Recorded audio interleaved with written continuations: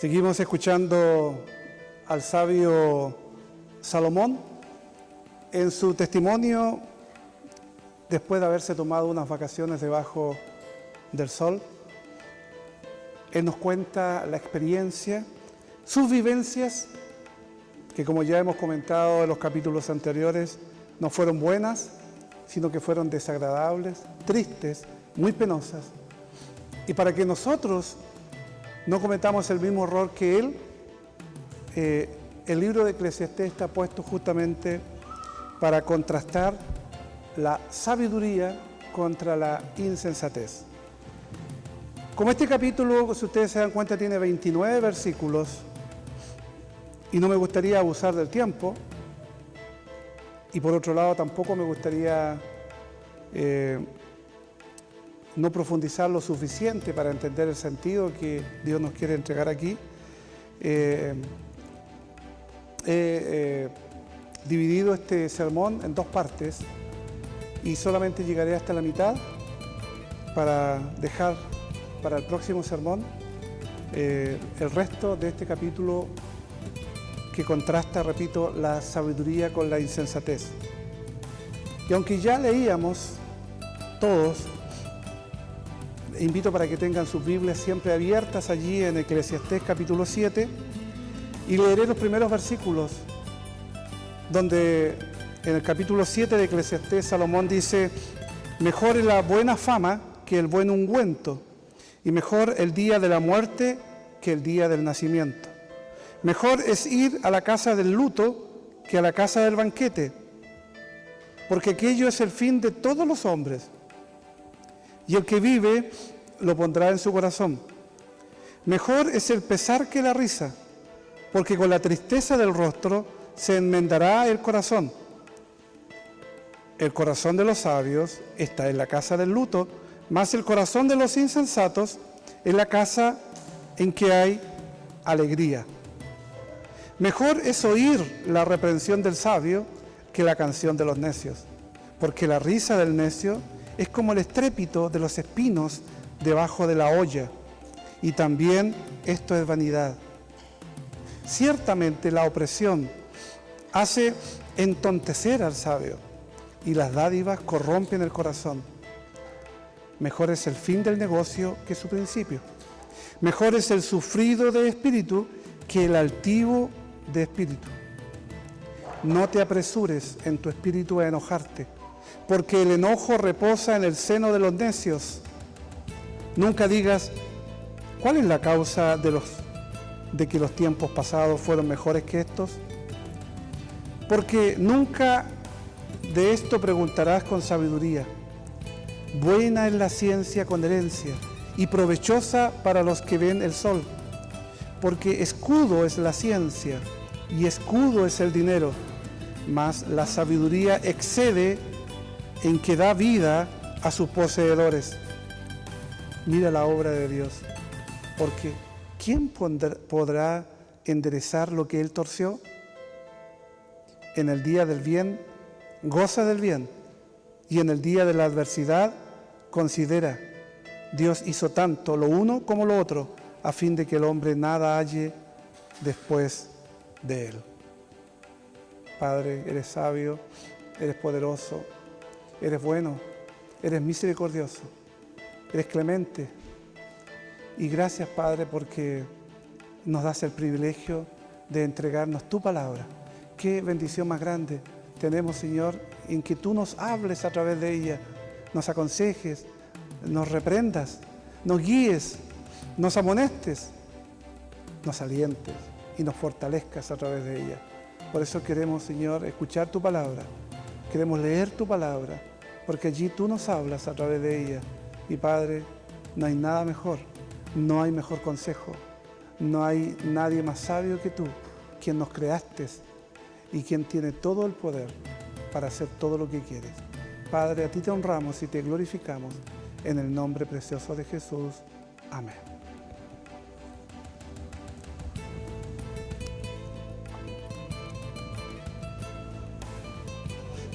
El capítulo 7 hace énfasis en la senda de la sabiduría.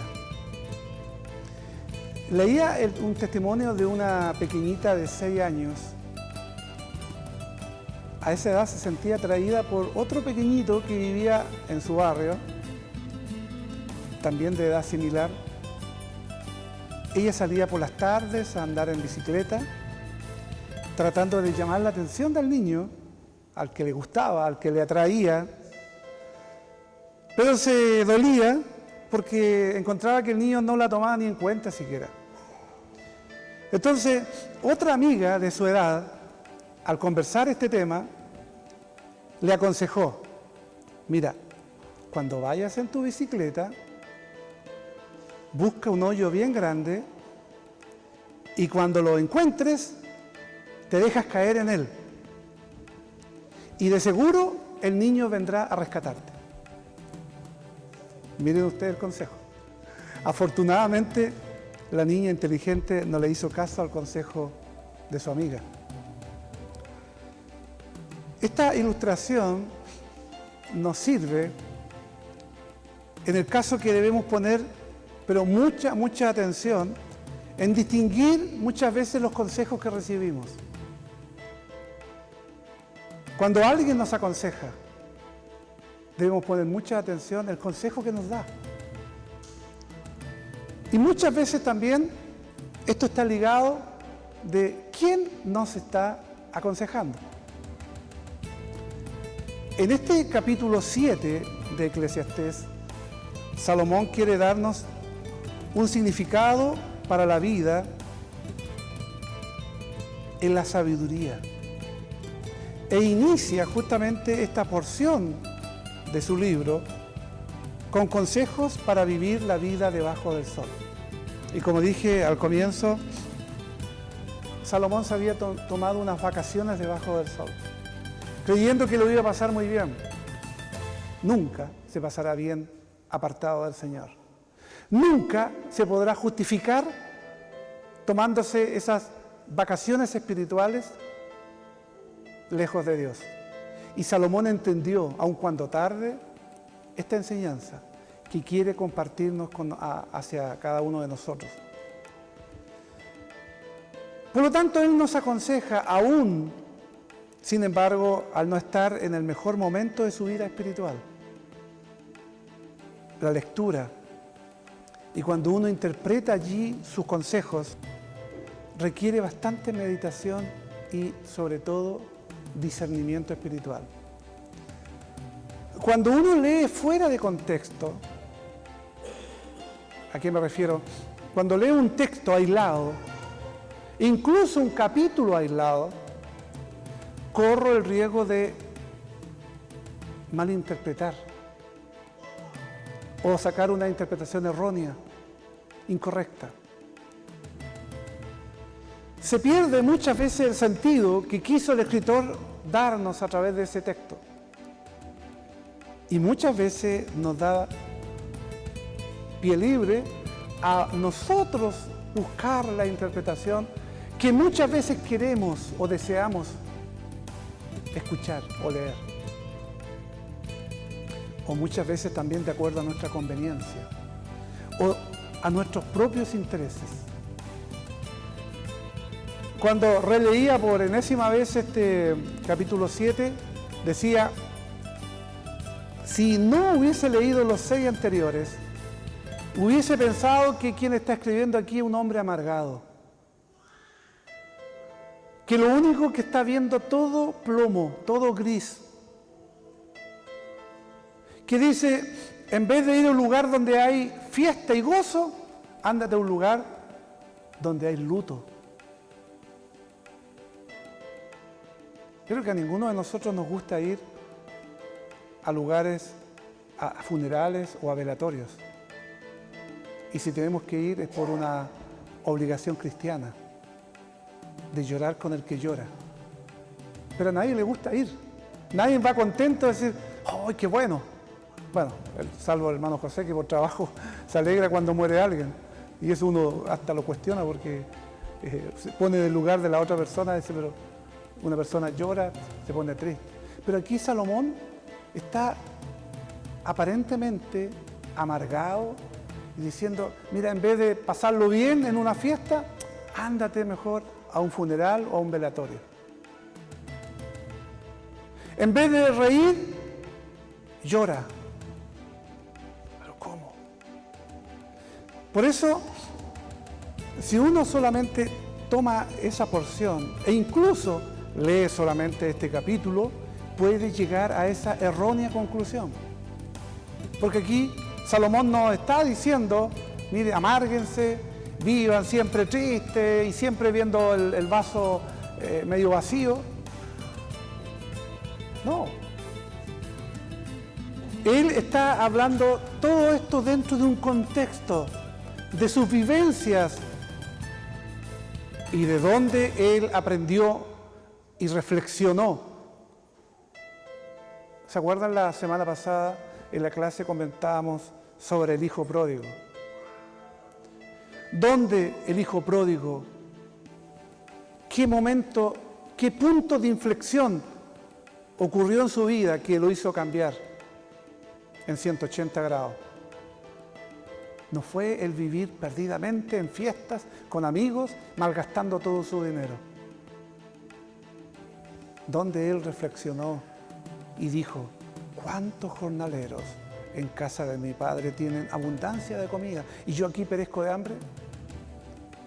En el chiquero, junto a los cerdos, que ni siquiera de esa comida él podía comer.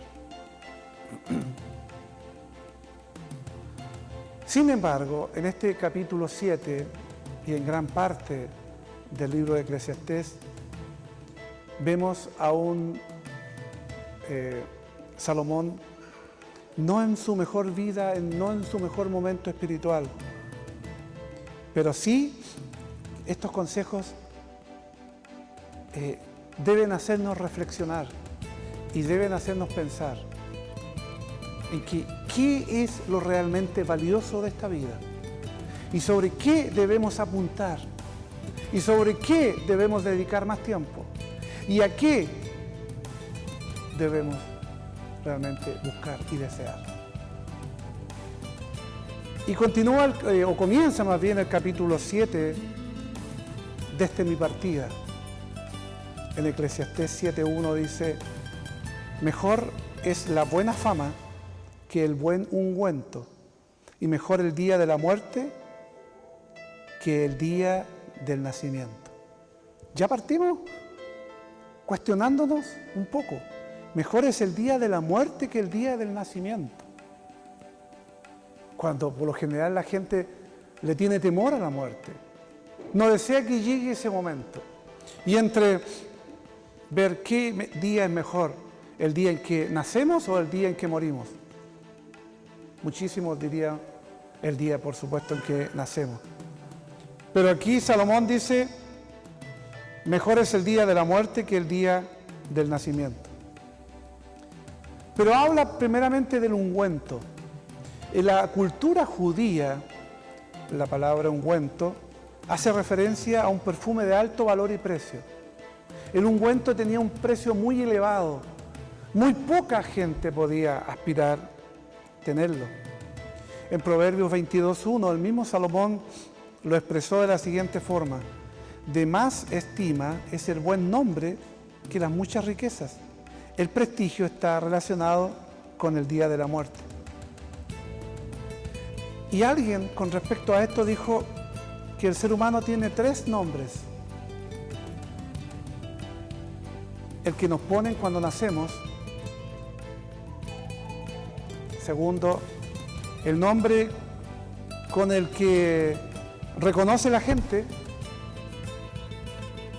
Y el tercero, el nombre con que nos damos a conocer por nuestros hechos y conductas. Somos conocidos por esos 3 nombres. Por eso, Salomón concluye que es mejor el día de la muerte que el día del nacimiento. Y lo justifica aquí, ¿por qué? Porque al final vamos a ser recordados con el nombre que morimos por las acciones y conductas de cada uno, más que por el nombre que originalmente nacimos y estamos inscritos probablemente en el registro civil. En el Evangelio según San Marcos, en el capítulo 14, se nos relata de una mujer que dice, ungió a Jesucristo con generosidad. Tomó un ungüento que era de un valor altísimo y ungió el cuerpo del Señor, estando vivo. Nosotros entendemos ahora por qué esta mujer lo hizo. Probablemente esta mujer lo hizo sin darse cuenta siquiera de un doble significado que tenía, más que adorar al Hijo de Dios. Era también pensar de que Él estaba a puertas de ser crucificado y de morir. Esta mujer es recordada hasta el día de hoy. Y de hecho ahora estamos recordando a esta mujer. Jesús mismo dijo que lo que ella hizo iba a ser recordado de generación en generación. Veamos otro ejemplo. Judas. Bueno, en la Biblia encontramos varios Judas. Quizás los dos más conocidos sean Judas Iscariote, que fue apóstol del Señor Jesús, el que lo traicionó, y Judas Tadeo, que fue un hermano de Jesús y que escribió el penúltimo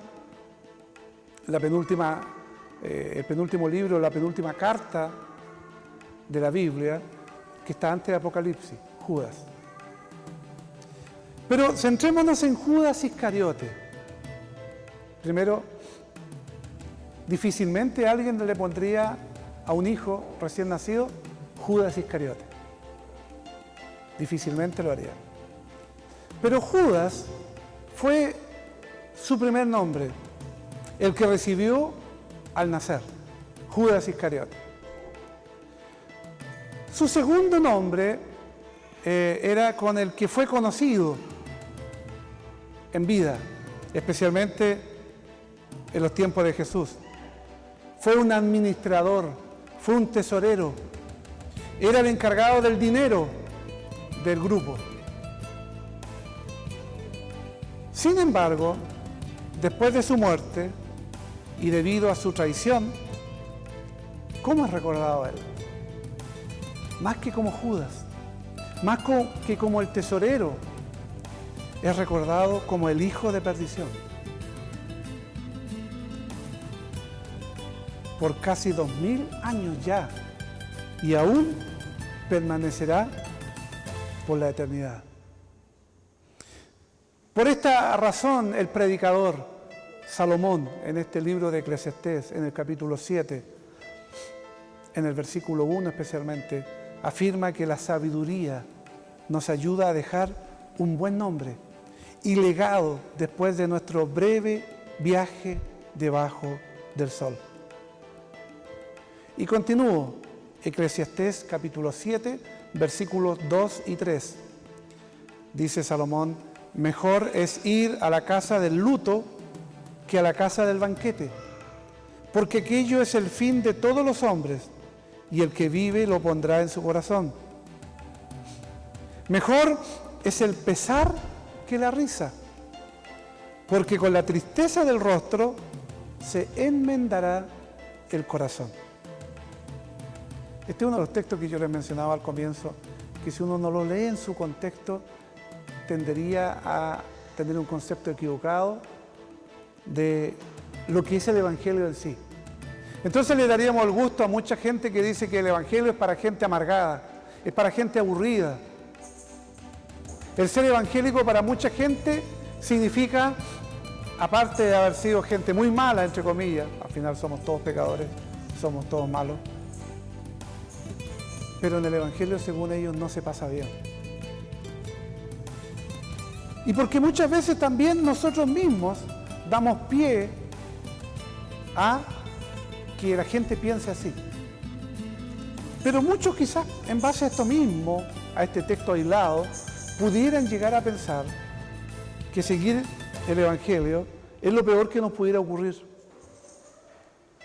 Cuando sufrimos la pérdida de un ser querido, consideramos la vida a la luz de la eternidad.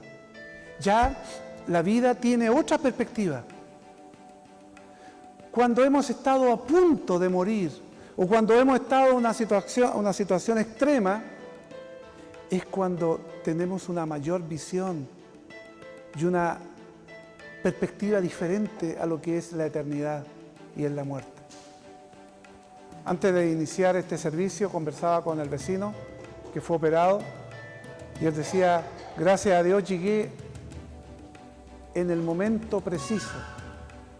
Me extirparon un riñón, pero tenía un nódulo que si hubiese avanzado algunas semanas o meses, hubiese tenido que esperar los días para mi muerte.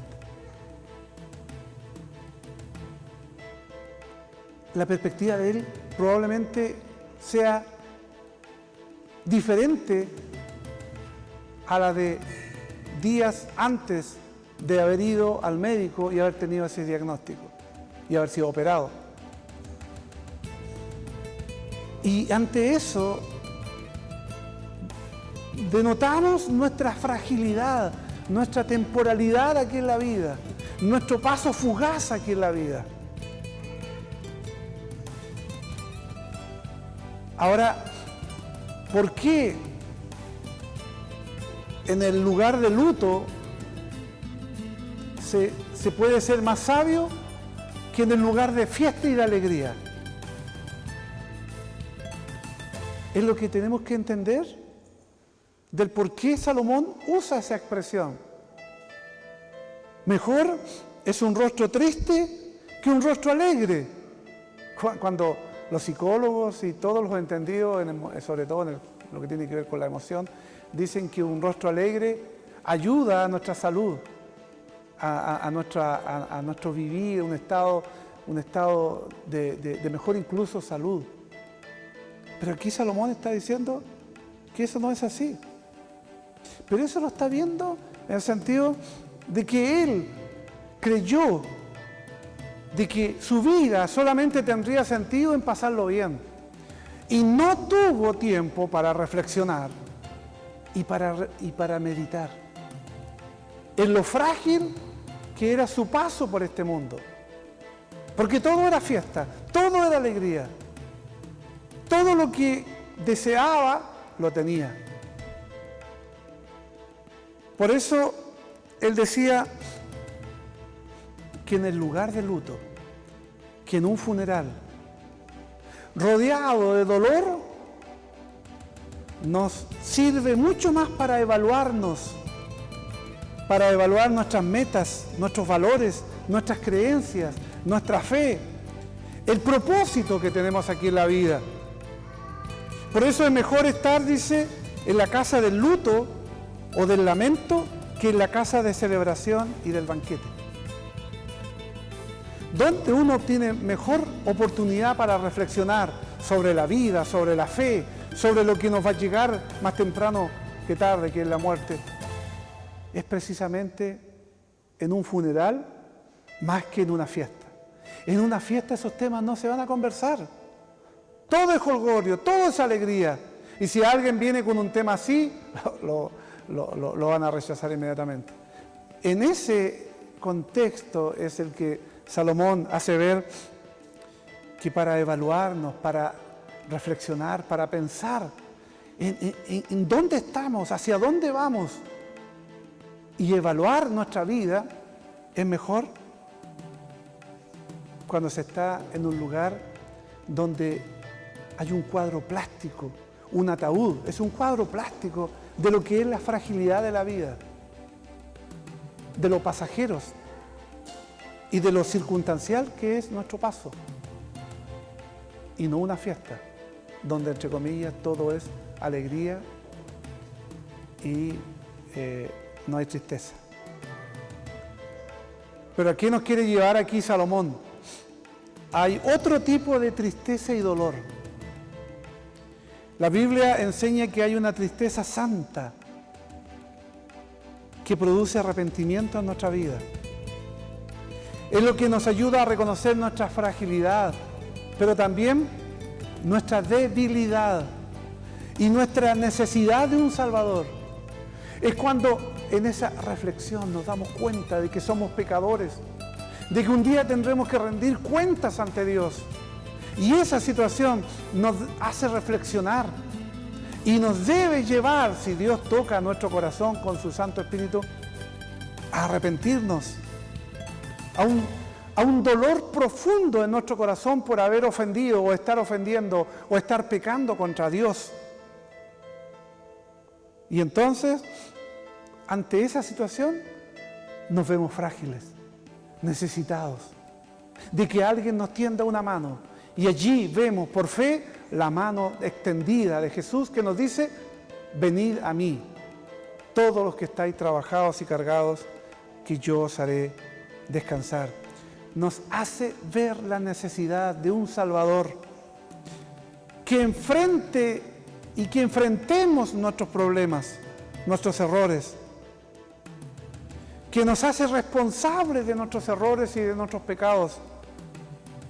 Y eso debe producir en nosotros un dolor fuerte, un dolor grande en nuestro corazón, que nos debiera llevar a un arrepentimiento ante Dios.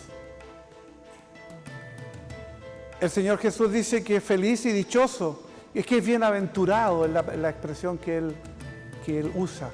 Bienaventurado aquel que llora, porque recibirá el consuelo de Dios.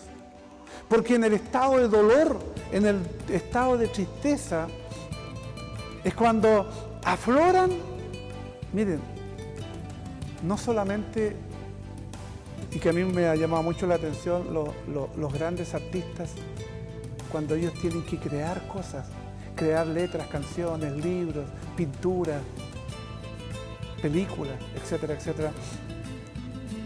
El estado en que mayormente reciben una inspiración o iluminación para hacer lo que ellos hacen, especialmente el arte, es en estados donde muchas veces han tocado fondo, o en un estado de tristeza y en un estado de dolor. No así cuando ocurre lo contrario. Jesús dice: bienaventurado aquel que llora, porque recibirá el consuelo de Dios. Mateo capítulo 5, dentro del Sermón del Monte. Por eso, hermanos, es importante que en nuestro caminar aquí debajo del sol, en este tránsito por esta vida, aprendamos a reconocer nuestros errores, a reconocer nuestros pecados, nuestras equivocaciones, y esa tristeza y ese dolor que naturalmente van a aflorar de nuestra vida, son buenos aliados, porque nos conducen a una reflexión y a la aspiración de una vida enfocada en los valores eternos, y no en un momento donde todo es fiesta, momentáneamente, circunstancialmente. Eclesiastés 7, versículos 4 y 5. El corazón de los sabios está en la casa del luto, mas el corazón de los insensatos en la casa en que hay alegría. Mejor es oír la reprensión del sabio que la canción de los necios. La sabiduría nos ayuda a vivir y a escoger lo mejor. En Proverbios 27:6 dice el mismo Salomón: fieles son las heridas del que ama, pero importunos los besos del que aborrece. Muchas veces, hermanos, se piensa que las carreras relacionadas con el arte, con la música, con la pintura, son carreras poco productivas. Y cuando un padre, cuando una madre escucha a su hijo: ¿sabe? Yo quiero estudiar arte. Te vas a morir de hambre. Lo primero que... me voy a dedicar a la música. Entonces, ¿por qué? Porque generalmente se está mirando bajo un enfoque productivo. ¿Qué es lo que produce más? ¿Cuáles son las carreras? Siempre aparecen en los diarios, en las revistas. ¿Cuáles son las carreras en la cual más dinero se gana? Y ahí la gente, entonces esto es lo que tengo que estudiar. Por sobre lo que es la vocación. No importa, voy a estudiar esto, aunque voy a ganar harta plata, aunque en realidad me gustaba otra cosa que a lo mejor va a ser muchísimo menor de lo que voy a obtener acá. Y cuando alguien a lo mejor indica aquí o señala las faltas, y cuando alguien nos señala aquí, dice Salomón, alguna cosa en la cual estamos equivocados o estamos cerrados, nuestra primera reacción es el orgullo. ¿Por qué? Porque no nos gusta mucho que nos corrijan. No nos gusta mucho que nos aconsejen. O si nos aconsejan y nos orientan, queremos que eso vaya de la mano con lo que yo creo. Pero si alguien me corrige y presenta argumentos, entonces mi orgullo se niega a aceptarlo. Pero después de reflexionar y orar por un tiempo, surge una hermosa convicción de querer hacer las cosas bien para agradar a Dios. Y entonces nuestra vida encuentra sentido en las cosas que realmente glorifican a Dios, en las cosas que realmente dan sentido a mi vida, por sobre aquellas cosas en las cuales el dinero está en primer lugar.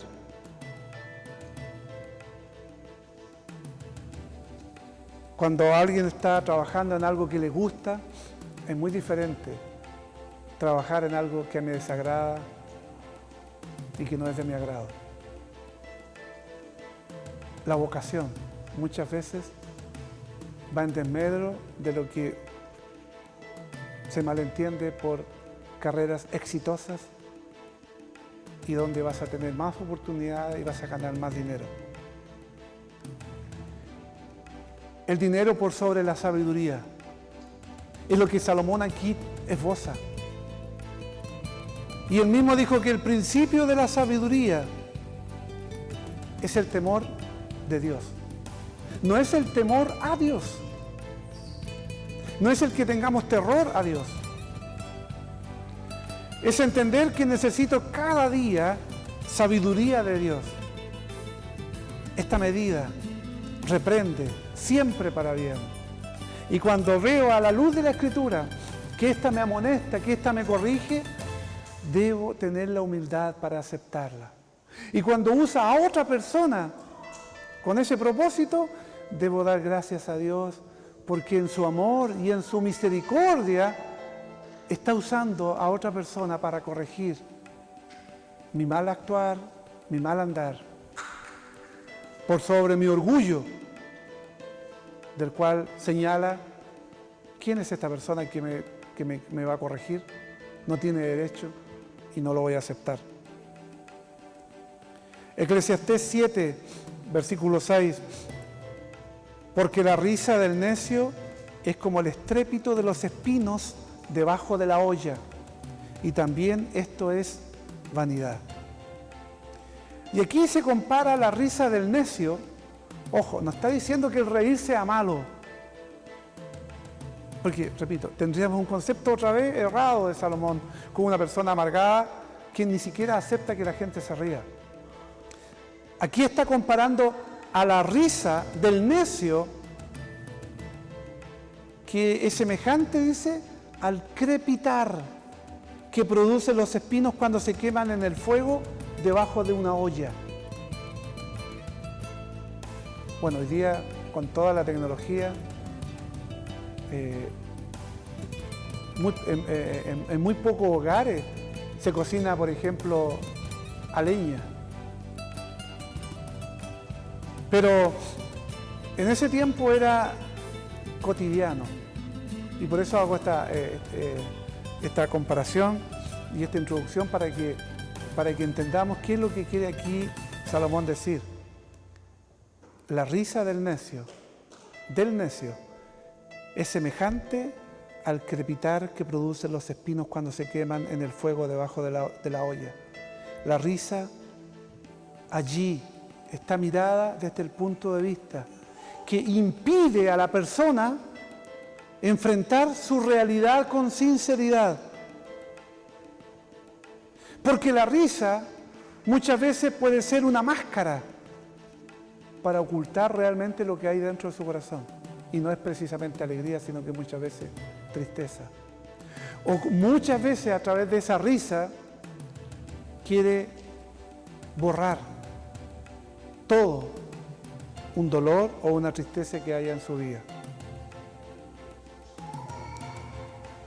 Cuando cesa ese efecto anestésico, esa risa, quizás por aparentar o por mostrar una situación que no es así, muchas veces de su conciencia, entonces será necesaria otra locura que produzca el mismo efecto.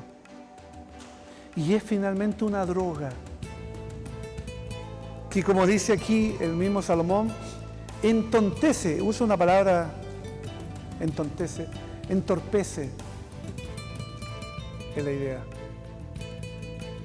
al sabio. Lo pone tonto, no lo deja pensar con lucidez, no lo hace reflexionar con sabiduría. Porque como la droga llega a una persona, finalmente esta persona se deja dominar. Y no es él, no es ella. Es lo que la droga finalmente le lleva a hacer. Y dice aquí Salomón, finalmente cesará la risa y solo quedarán las cenizas que el viento esparcirá y será olvidada. Es como el trozo de leña, el trozo de espino crepitando, encendido allí bajo la olla, que después de unos minutos no será más que cenizas y que el viento esparcirá y será olvidada. Y dice Salomón, esto también es vanidad. Su fin es aflicción de espíritu. Salomón ya nos había dicho que a la risa en ese contexto la consideraba una locura. Y los placeres, él decía en el capítulo 2, versículo 2, ¿para qué sirven? En el contexto de querer pasarlo bien, olvidándose de la realidad. El de reírse cuando en el fondo hay una pena y hay una tristeza profunda en el corazón. Y entramos al versículo 7, a los caminos acortados, a los que nosotros llamábamos siempre, voy a hacer la cortada, voy a cortar camino, o voy a cortar este trámite. Y muchas veces de eso vienen los largos desengaños. Eclesiastés 7:7, ciertamente la opresión hace entontecer al sabio, y las dádivas, o sea, los regalos, corrompen el corazón. Aquí la palabra opresión también puede interpretarse como fraude. Y aquí es evidente que el rey Salomón utiliza estos términos, si quisiéramos usar el término fraude, un término económico para su descripción. Y se refiere a los atajos que tomamos muchas veces en la vida. ¿Para qué voy a dar esa tremenda vuelta si lo puedo hacer por acá? ¿Para qué voy a hacer ese tremendo trámite si lo puedo hacer de esta manera? Los atajos que muchas veces tomamos en la vida, en diferentes temas, de diferentes formas. Y eso muchas veces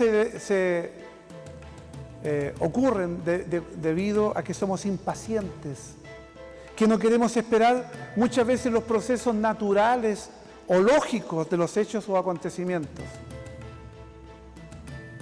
Una persona impaciente, a lo mejor, si pudiera acortar los 9 meses de embarazo, lo haría. Una persona que tenga que esperar un cierto tiempo, se le hace una eternidad.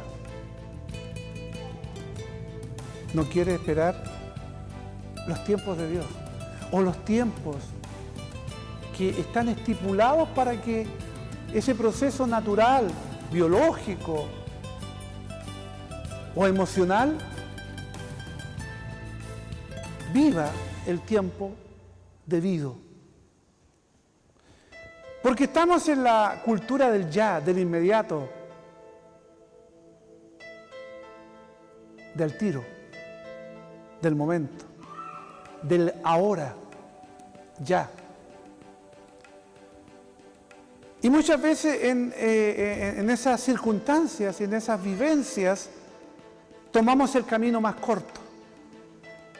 Creemos el más fácil. No, yo me doy cuenta que por aquí me sale mucho más corto, pensando que los demás no habían logrado tener la perspicacia o la sabiduría para darse cuenta que por ese lado es mucho más largo. O por este lado es menos costoso. Y de ahí sale el dicho, lo barato sale caro, generalmente. Pensemos si nos gustan los atajos a la luz de lo que Salomón aquí nos quiere dar a conocer. Si nos gustan los atajos, si nos gusta apurar los procesos, quizás sea tiempo de recapacitar antes que la corrupción termine por matar y callar nuestra conciencia. Y podríamos colocar un ejemplo que muchas de las personas aquí lo van a entender mejor. ¿Cuándo tiene más gusto, más sabor y es más sano? ¿Un pollo criado en el campo o un pollo comprado en un supermercado? Entonces pensamos, no, pero es que el pollo comprado en el supermercado, el pollo asado, se ve gordito. Tremendos tutos, tremenda pechuga. Los pollos de campo, casi nada de carne. Y el primer atajo es, me voy por el pollo de supermercado. Y cuando reflexionamos del proceso en que el pollito nace en el campo, y esté en tamaño, en edad de ser echado a la olla, puse ahí fuerte y duro, y pensamos en cuánto dura el proceso del pollo que lo vemos allí dando vueltas en el asador en el supermercado. ¿Cuánto dura un pollo término medio? 3, 4, 5 meses en el campo y hasta más. ¿Cuánto dura el proceso de ese pollo en el supermercado? 16 días. Pero 16 días y un pollo que se ve el triple de corpulencia con el otro, en base a hormonas y a procesos químicos que nos está dañando nuestra salud. Pero queremos hacer esa cortada, queremos buscar el camino corto, queremos hacer el atajo. Y hasta que podemos considerar lo barato, que después a lo mejor todavía nunca no dimensionamos lo que va a significar después a lo mejor en gasto de medicamentos, en médicos y en cuanto más. Entonces, lo que aquí Salomón trata de darnos a entender es que debemos ser sabios cuando escuchemos un consejo, en pensar en que si ese consejo lo voy a tomar porque voy a tomar un atajo y quiero saltarme algunos procesos naturales, o busco el tiempo en que ese proceso sea algo normal y natural. Eclesiastés 7:8. Mejor es el fin del negocio que su principio. Mejor es el sufrido de espíritu que el altivo de espíritu. ¿Se fijan ustedes? Vamos en ese mismo tono. Y aquí yo les comento la experiencia, dos experiencias. Un testimonio que escuché de una novia que dice que preparó su matrimonio y típico de la mayoría, ¿no?, de todas las novias, se hizo esperar. Pero aquí se tomó más tiempo de lo debido, se demoró más de 30 minutos en llegar a un lugar, un centro de eventos al aire libre, donde estaba el encargado, el juez del registro civil, que los iba a casar ahí y que después iba a hacer la ceremonia religiosa en ese mismo lugar. Y como ya habían pasado 30 minutos, entonces el juez del registro civil, aburrido, ya decidió retirarse y se encontró en la puerta con la novia.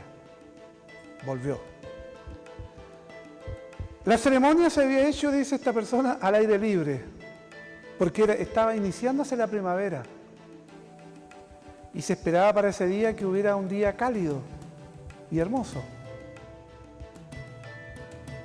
Fue frío, nublado y comenzó a lloviznar. Todo mal.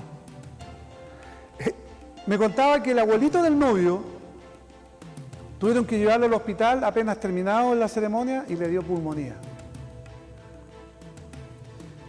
La persona que iba a dirigir los cánticos y que después le iba a cantar, llevó unas pistas y se supone que iba a cantar 2 canciones, pero me dijo, se inspiró tanto que al final cantó el CD completo, más de 12 canciones, y hasta dio su testimonio, pensando que lo estaba haciendo muy bien. Eso hizo que la ceremonia se prolongara por 2 horas y media, con los invitados al aire libre, ya con más de media hora de atraso, sufriendo las inclemencias del tiempo. El fotógrafo, dije, nunca llegó. Nunca llegó el fotógrafo. Y las fotos que logró tener fueron de algunas personas que con el celular sacaron. Esas fueron las fotos que logró rescatar después con el tiempo. Le habían prestado un auto para irse de luna de miel. Cuando llegó el momento de irse al auto, no encontró las llaves.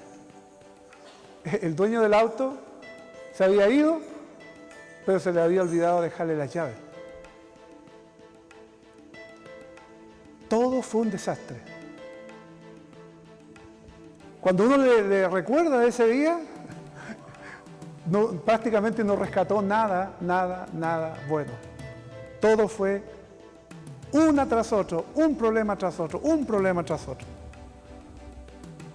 Pero él me decía, yo 24 años de matrimonio y estoy feliz.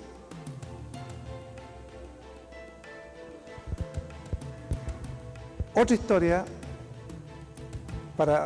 que nos sirva para que le dé fuerza a lo que voy a comentar después. Me tocó oficiar un matrimonio en el cual la novia llegó a las puertas del templo y se encuentra con la sorpresa con que se le había quedado el ramo de flores en la casa. Entonces, la gente que estaba alrededor le dijo, pero no importa, por último, igual, entra a la ceremonia. No, yo no me caso sin mi ramo de flores. Y no hubo caso, y ahí estaban los familiares uno con otro, y yo adelante, y el novio estaba, y el novio, el pobrecito, parado ahí, me miraba ahí, estábamos frente a frente, porque decía yo, mire, cuando la novia esté a punto de llegar, usted entra, se instala, y cuando la novia entre, gira y se enfrenta a la entrada de la novia. Por lo tanto, él todavía, como la novia no quería entrar, estábamos ahí, me miraba, y yo le decía, sí, ya va a entrar, porque yo miraba atrás, después supe que ese era el motivo, y que discutían, que al final la novia se fue. La novia dijo, no, yo no me caso sin el ramo de flores. Y se fue a buscar el ramo de flores. Pero el ir a buscar el ramo de flores significaba cruzar de punta a punta a la ciudad. En ese lugar eran no menos de media hora para un lado y media hora para otro lado. Se demoró más de 1 hora en volver. No, al final la suma de los tiempos fueron 2 horas y media. 2 horas y media. Yo tuve que decirle al novio, vaya a sentarse, porque ya el novio se desmayaba. No de la emoción, sino que de la incertidumbre. Llegó el momento en que dije, yo voy a suspender porque ya no podemos seguir esperando, ya cerca de 2 horas. Ya. Está bien esperar 10, 15, 20, hasta 30 minutos, pero más de 2 horas ya realmente era un capricho de la novia porque pudo haber entrado sin su ramo.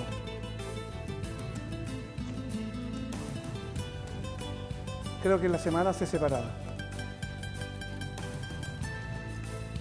Toda la ceremonia espectacular, todo espectacular, pero se separaron a la semana. No alcanzaron a durar 1 semana. La primera experiencia, todo malo, todo fracasó al principio, pero ya llevaban más de 20 y tantos años casados. La vida no es una carrera de velocidad, sino de resistencia, en la que Jesús es nuestra meta. Él es el blanco. A Él aspiramos llegar no con nuestras propias fuerzas para salvarnos, porque sabemos que la salvación es por fe, es por gracia, sino que es el final del camino, el premio de la soberana vocación. Por esto mismo Salomón concluye que no importa tanto el comienzo o el nacimiento. Por eso estos 2 largos ejemplos que les di sirven para señalarnos que Salomón aquí dice que no importa tanto el comienzo o el nacimiento, sino el final de las cosas. Y por eso dice, cuando él dice que mejor es la muerte que el nacimiento, él no está dando a entender que le agrada la muerte, sino el final de las cosas, y luego agregar que mejor es el sufrido de espíritu que el altivo de espíritu, y mejor el que no se apresura, el que sin altivez piensa antes de responder y calcular los gastos antes de invertir, el que sabe vivir la vida no de un solo golpe, sino al estilo de Jesús, día a día. ¿Y qué dijo Jesús con respecto a eso? Basta el día su afán. Basta el día su mal. Es como que en el idioma original estuviera señalándolo eso. ¿Para qué pensar en el día siguiente si basta con lo que estamos viviendo? Eclesiastés 7:9. No te apresures en tu espíritu a enojarte, porque el enojo reposa en el seno de los necios. Tanto el enojo como la ira muchas veces pueden ser atajos, caminos falsos, métodos abreviados, salidas rápidas, aceleradas, apresuradas, comodines que usamos. Pero aquí Salomón dice que este es el camino de los necios, este es el camino de los tontos, ese es el camino de los torpes. El necio al punto da a conocer su ira, dice Proverbios 12:16. Mas el que no hace caso de la injuria es prudente. Aquel que tiene la templanza, el equilibrio emocional para enfrentar todo tipo de situaciones y no dejarse llevar por el arrebato, por la intolerancia, por la inconsecuencia, por la necedad que finalmente es producto de la ira. Pablo aquí nos exhorta en forma más directa. Si se enojan, no pequen. No dejen que el sol se ponga estando aún enojados, ni den cabida al diablo. Eclesiastés 7:10. Nunca digas, ¿cuál es la causa de que los tiempos pasados fueron mejores que estos? Porque nunca de esto preguntarás con sabiduría. Y esto se da en todo orden de cosas. Allá en la escuela, cuando nos reunimos los profesores, los que tenemos ya algunos años, decimos, ¿se acuerdan? ¿Se acuerdan cuando aquí en la Escuela México sacábamos los mejores puntajes de ciencia? ¿Se acuerdan cuando la Escuela México era la top aquí de Chillán? Cuando los mejores alumnos llegaban y egresaban de esta escuela. Recordando tiempos pasados. Y en los trabajos, y aún en la iglesia, ¿se acuerdan antes que la cosa era diferente? ¿Se acuerdan que antes hacíamos esto? ¿Se acuerdan que antes vivíamos de esta manera? ¿Se hacían estas cosas? Nunca digas, ¿cuál es la causa de que los tiempos pasados fueron mejores que estos? Y ahí aparece el dicho, los tiempos pasados fueron mejores. Y aquí Salomón nos dice, nunca digas esto porque estarás faltando a la sabiduría. Por no usar otro término más fuerte. Este es otro atajo más. Los tiempos pasados fueron mejores. El predicador aquí nos advierte que no es sabio añorar el pasado para refugiarnos en él. Tampoco estamos diciendo que no nos acordemos del pasado, sino que lo añoremos y hasta lo deseemos para seguir viviéndolo y refugiarnos en él. ¿Por qué? Porque ese es un símbolo de tratar de escaparnos del presente. No querer vivir la realidad, no querer vivir lo que nos toca vivir y añorar otros tiempos que ya pasaron. Es como estar viendo hoy día la selección de fútbol jugando a un 50% y todavía dándonos alegrías, pero añorando. ¿Se acuerdan ustedes en los tiempos de Bielsa, en los tiempos de Sampaoli? ¿Cómo corrían? ¿Cómo jugaban? Si lo hiciéramos, indudablemente estaríamos evitando los retos, los desafíos que nos obliga el presente hoy día. Si esos jugadores pensaran cómo eran antes y cómo jugaban antes, se van a olvidar de lo que tienen que jugar hoy día y que el presente tiene otros desafíos y que a lo mejor lo que corrían antes ya no lo pueden hacer ahora. De esa manera, hermanos, nos estamos mentalmente bloqueando para evitar los desafíos y los retos y las obligaciones que debemos enfrentar ahora, en el momento. E ignoramos las oportunidades que ésta nos brinda, porque quedamos enganchados en el pasado y queremos remontarnos al pasado y olvidamos lo que tenemos que vivir en el día de hoy con lo que tenemos, con lo que somos. Después de todo, el sabio saca su conclusión aquí, el ayer no volverá. Y el mañana está en las manos de Dios. ¿Qué es lo que nos corresponde vivir? No es el pasado ni el futuro, sino que es el presente. Hermanos, es necesario que aprendamos a agradecerlo y aprovecharlo. Gracias, Señor, por lo que nos das. Y no decir, sí, tenemos esto, pero antes teníamos más. Agradecer lo que Dios nos permite hoy día tener y aprovecharlo ahora. Con todos sus minutos y con todos sus segundos. Porque hasta hemos llegado a pensar que antes pareciera que los días tenían más de 24 horas. ¿Han escuchado eso? Hoy día parece que los días se acortaron.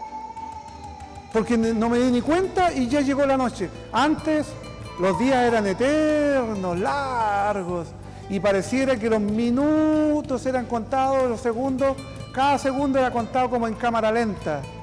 Pero es una percepción nuestra, porque al fin y al cabo el sol sigue girando, la tierra sigue girando en torno al sol, ¿no es cierto? Y sobre sí misma, en la rotación y en la traslación, en la misma órbita, en el mismo tiempo.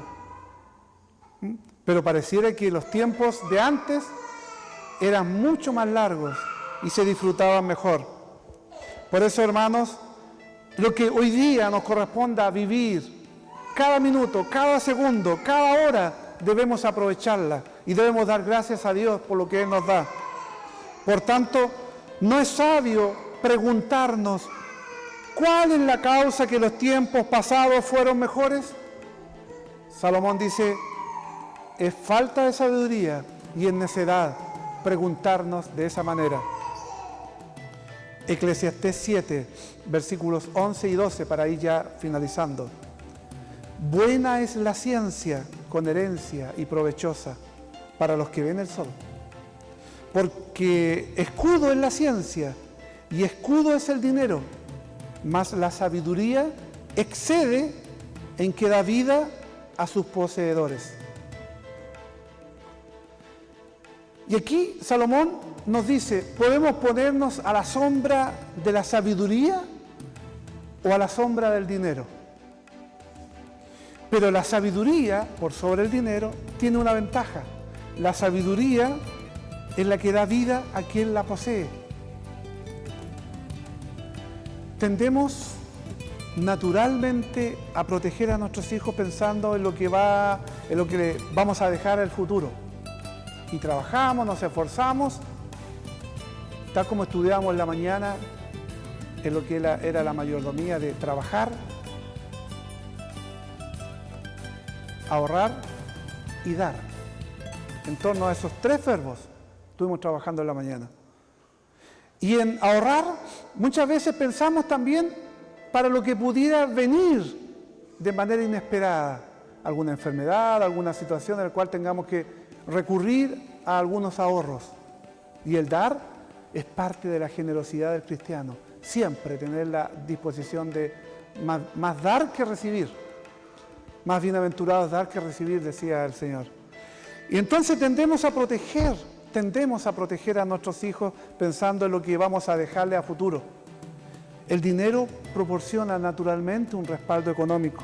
Sin embargo, Salomón aquí establece una marcada diferencia entre estos dos tipos de protección, al afirmar que la sabiduría es superior incluso al dinero, por la sencilla razón que da vida a sus poseedores.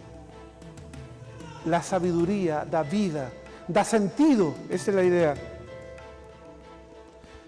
Eclesiastés 7:13, mira la obra de Dios, porque ¿quién podrá enderezar lo que Él torció?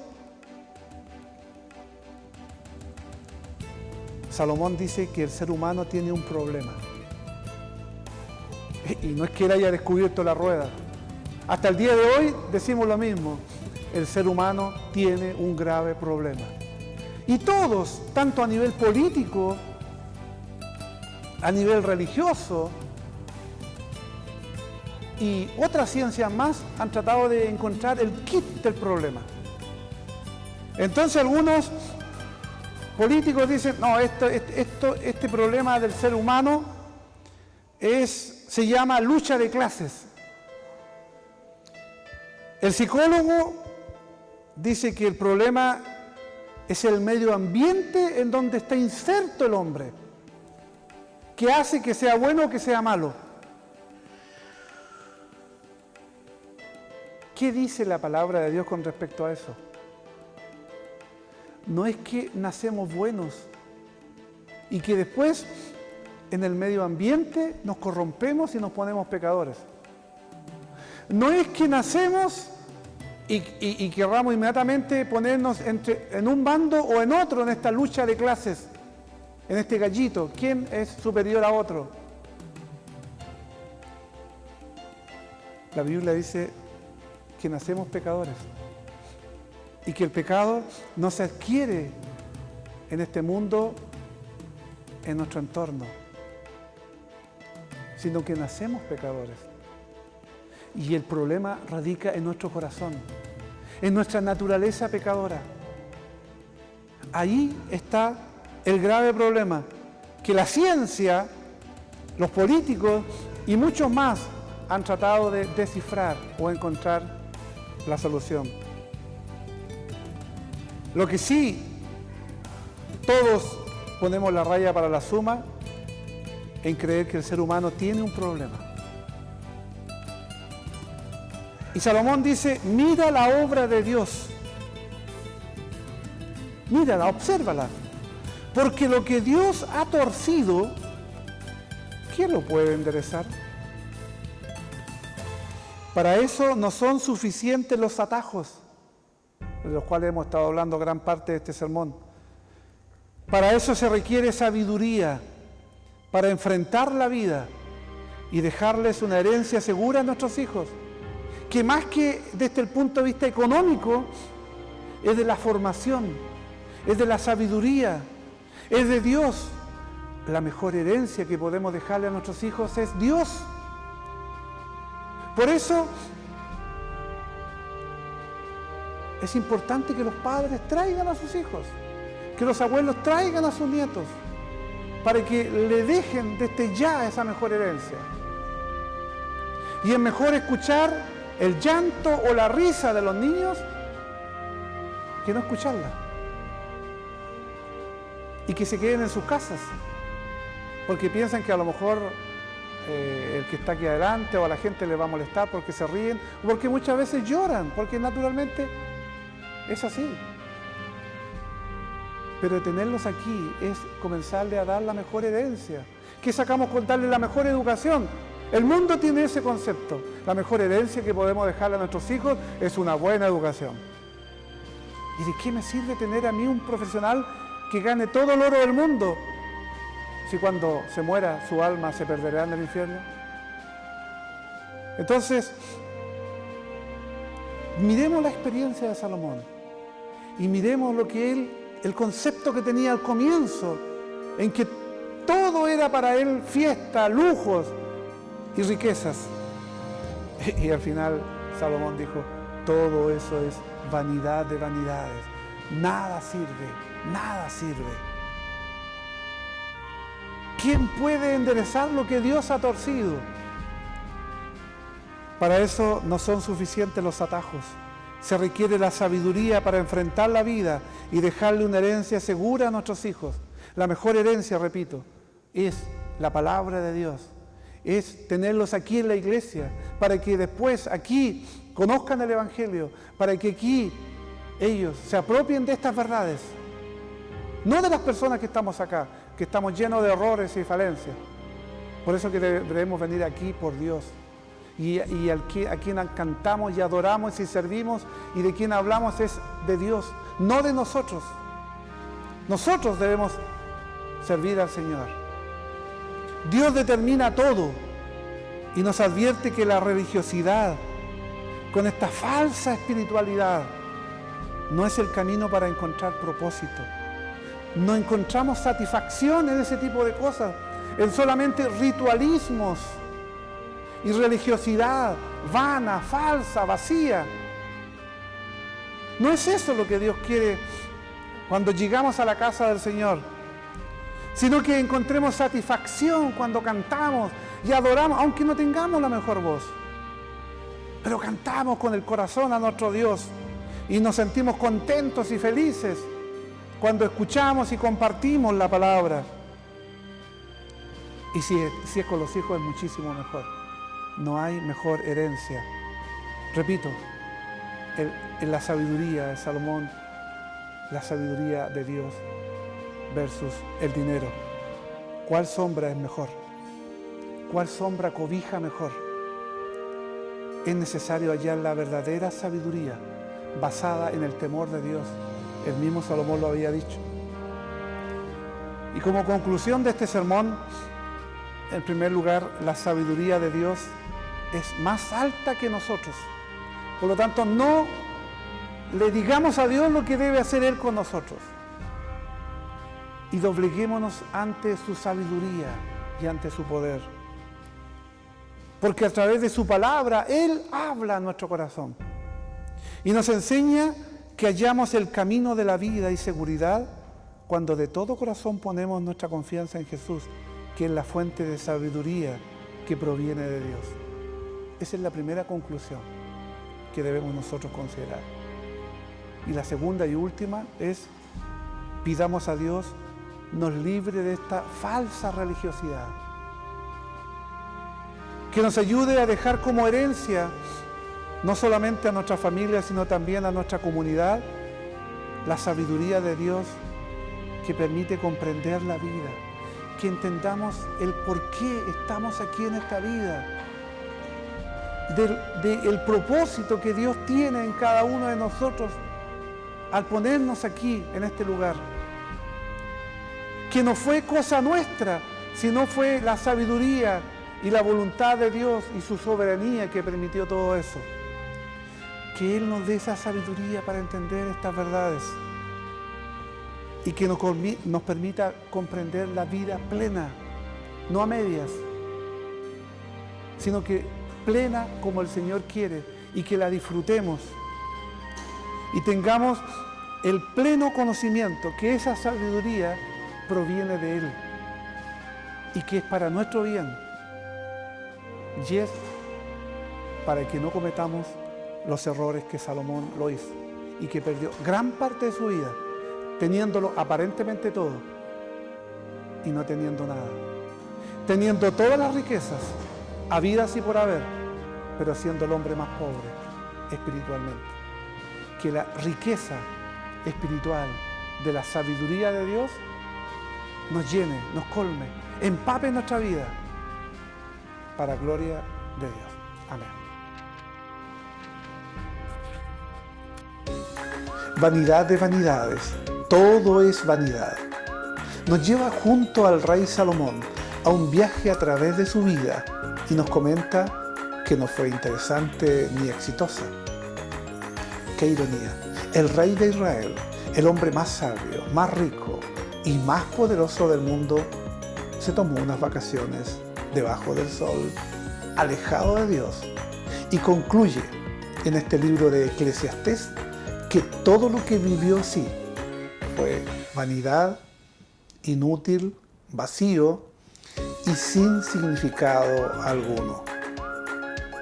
Le invito para que juntos acompañemos a Salomón en este trascendental viaje debajo del sol, lleno de experiencias y aprendizajes para vivir la vida, no como nosotros queremos o a nuestro gusto, sino como Dios quiere. Los domingos a las 18 horas en el Templo Presbiteriano de calle Rosas 738 de la ciudad de Chillán. Quedan cordialmente invitados.